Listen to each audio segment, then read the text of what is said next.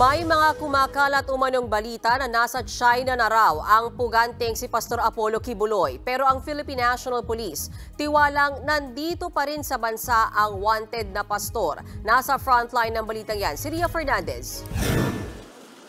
Palaisipan pa rin hanggang ngayon kung nasaan na nga ba ang puganteng si Pastor Apollo Kibuloy.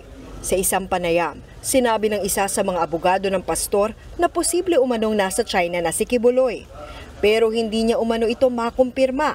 Kumpiyansa naman ang PNP na hindi pa nakakalabas ng Pilipinas ang wanted na pastor. Naniniwala po tayo na there are indication at na nandito pa naman po yung mga hinahanap natin. There is also a possibility na dumaan po siya sa backdoor, pero lahat po yan, i-verify pa po natin. Nahaharap si Kibuloy sa mga kasong child abuse and exploitation at human trafficking.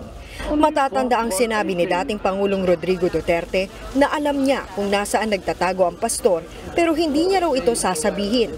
Nilinaw naman ng dating presidential spokesperson na si Attorney Salvador Panelo na nagbibiro lang ang dating Pangulo.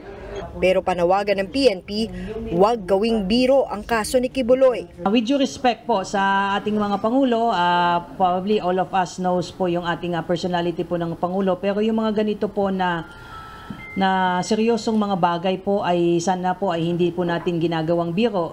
Wag po nating kalimutan na yung kabilang parte po na sumisigaw po ng hustisya, may mga batang allegedly di umano ay minolestya at naging subject for trafficking. This is very serious matter po, very serious offenses po. Dinipensahan naman ng PNP ang pagkwestiyon ng kampo ni Kibuloy sa pagtanggap ng DILG ng reward mula sa mga pribadong individual. This is not the first time ay private citizen ay nag-offer po ng reward. Alam po natin, pag may mga heinous crimes, even yung mga families po ng victim na mga civilian po ay nag-o-offer po. Pinag-iisipan po yan ng PNP na maglabas din po ng reward po with respect to this case. Pero kailangan po kasing dumaan po sa proseso yan in terms of auditing, in terms of budgetary rules and guidelines po with respect sa giving of rewards po. Sinang-ayunan naman ito ni Vice President Sara Duterte na kilalang malapit kay Kibuloy. So right man na siguro sa ato ang gobyerno and sa DILG nga magpagawas og rewards para sa mga wanted na mga tao kanang mga dunay warrant of arrest. Nauna na ring hinamon ni Pangulong Bongbong Marcos si Kibuloy na magpakita na at harapin ang batas. Nagbabalita mula sa Frontline, Ria Fernandez, News 5. Mga kapatid, may Los Baños po. Huwag magpahuli sa mga balita at impormasyong dapat ninyong malaman.